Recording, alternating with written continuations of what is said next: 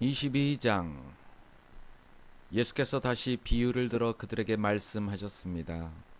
하늘나라는 자기 아들을 위해 결혼잔치를 베푸는 왕과 같다.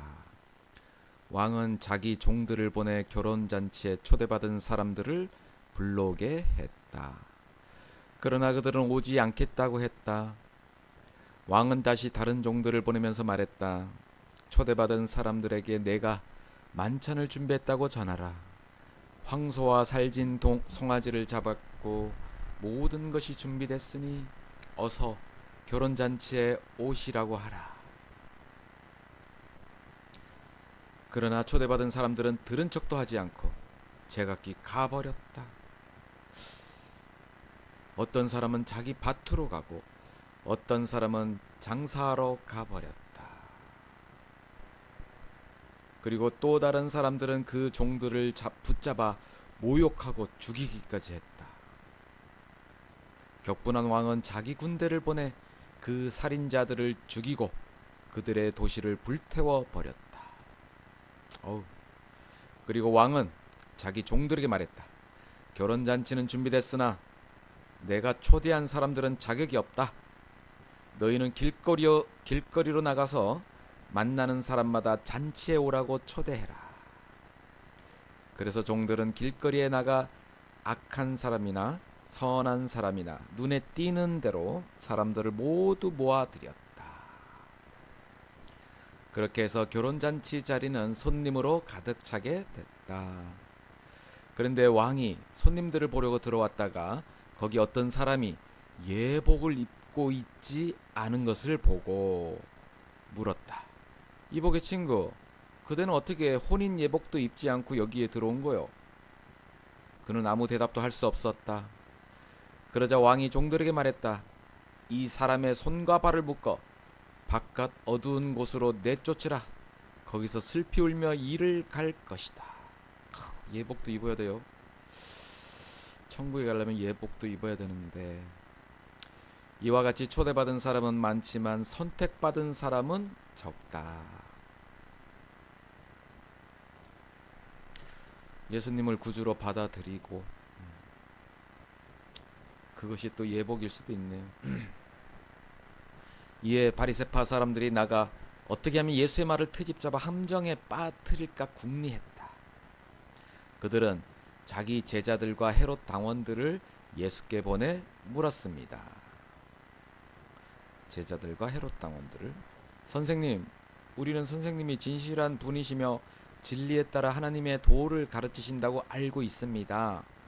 그리고 사람을 겉모습으로 판단하지 않기 때문에 사람에 의해 좌우되는 분이 아니신 것도 압니다. 잘하네. 그러니 말씀해 주십시오. 선생님의 의견은 어떻습니까? 저희가 가이사에게 세금을 바치는 것이 옳습니까? 옳지 않습니까? 또 머리 썼어. 그러나 예수께서는 이들의 악한 속셈을 알고 말씀하셨습니다. 이 윗선자들아, 왜 너희가 나를 시험하느냐? 세금으로 내는 돈을 내게 보이라. 그들이 데나리온 하나를 예수께 보여드리자. 예수께서 그들에게 물으셨습니다. 동전에 있는 얼굴과 새겨진 글자가 누구의 것이냐? 그들은 가이사의 것입니다. 라고 대답했습니다. 그쵸, 로마 시대니까 카이사르가 로마의 엄청난 장군이었죠. 그 사람의 얼굴을 새긴 동전. 그러자 예수께서 그들에게 말씀하셨습니다. 그러므로 가이사의 것은 가이사에게 바치고 하나님의 것은 하나님께 바쳐라.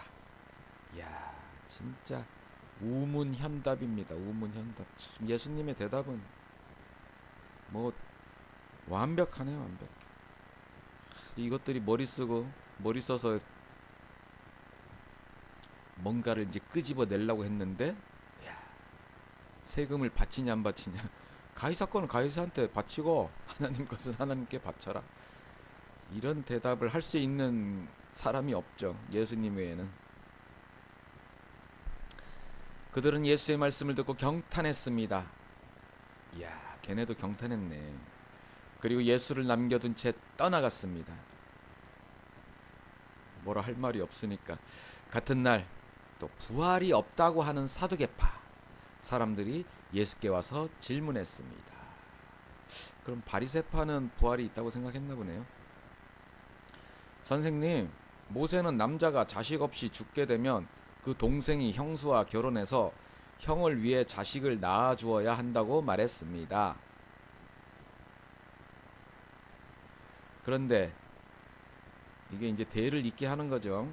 형이 죽으면 동생의 씨를 만들어줘 가지고 그 대를 잇게 만드는, 우리나라 고구려에 형사취수제가 있었는데 형이 사망하면 형수를 이제 취한다는 건데, 고구려 시대 때는 그 뭐랄까 자식을 낳아준다기보다는 이제 먹고 살 게 없으니까 형수의 자식과 형수를 이제 봉양하는 이제 그런 의미로 형사취수제가 있었던데, 그거랑은 조금 다르네요. 그런데 우리 가운데 7형제가 있었습니다. 첫째가 결혼해 살다가 죽었는데 자식이 없었기 때문에 동생이 형수를 맡고, 또 둘째도 셋째도 계속해서 7째 이르기까지 똑같이 일어났습니다. 그리고 마침내 그 여자도 죽었습니다. 참 멍청한 질문이네 진짜. 7사람 모두 그 여자와 결혼했으니 그렇다면 부활 때 그 여자는 7형제 가운데 누구의 아내가 되겠습니까? 아이고 진짜 이건 뭐 초등학생 질문도 아니고. 예수께서 대답하셨습니다. 너희가 성경이나 하나님의 능력을 모르기 때문에 잘못 생각하고 있구나. 에이, 멍청한 것들. 부활 때는 사람들이 시집도 장가도 가지 않는다. 그들은 하늘에 있는 천사들처럼 될 것이다. 성경 조금만 읽어도 이런 거는 알 텐데. 그러나 죽은 사람의 부활에 대해 말하자면 하나님께서 너희에게 하신 말씀을 읽어보지 못했느냐? 나는 아브라함의 하나님, 이삭의 하나님, 야곱의 하나님이다 라고 하셨으니 하나님은 죽은 사람의 하나님이 아니라 산 사람의 하나님이시다. 무리가 이 말씀을 듣고 예수의 가르침에 놀랐습니다. 야, 또 놀랬어?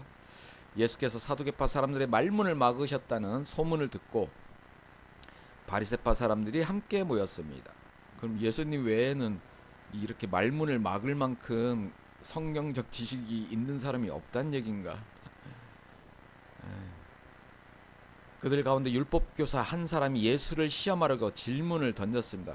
아주 그냥 이제 교만하게 많이 아는 것처럼, 선생님, 율법 가운데 어느 것이 가장 중요한 계명입니까? 다 뭐라고 대답하면 이제 다 반발을 하려고. 이것도 반발할 수 있고 저것도 반발할 수 있고 다 반발할 수 있으니까.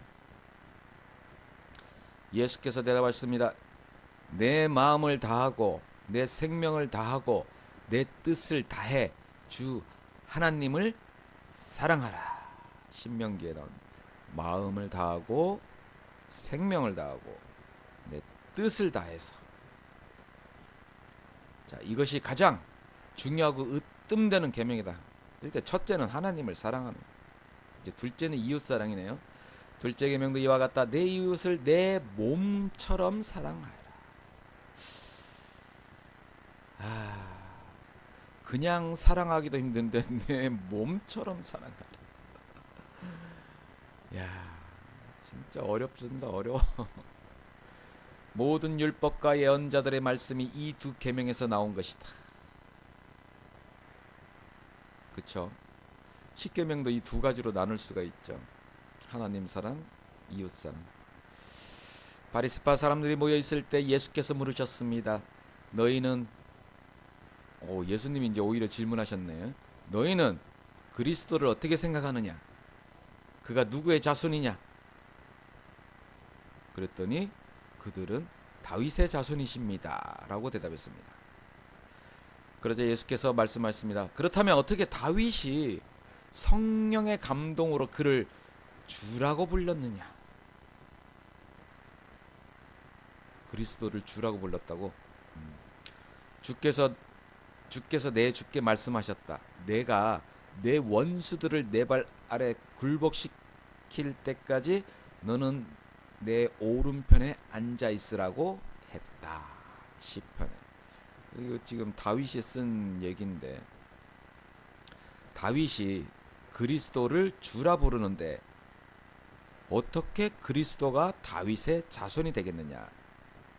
시편을 읽다 보면은 이제 그리스도란 뭐 단어도 나오고 주라는 단어도 나오고, 그러니까 그리스도를 주라고 불렀는데 또 다윗의 그리스도는 또 다윗의 자손에게서 나오는 거니까 모순되는 그런 얘기를 이제 예수님이 물어봤는데 이제 아무도 대답조차 할 수 없었습니다. 그쵸? 모순된 거니까. 그날 이후로는 감히 예수께 묻는 사람이 없었습니다. 그러니까 유대인들은 그리스도를 기다리고 있었어요. 다윗의 자손 중에서 그리스도가 나온다고 성경에 많이 써 있으니까. 근데 다윗은 시편에서 그리스도를 주라고 또 불렀어요.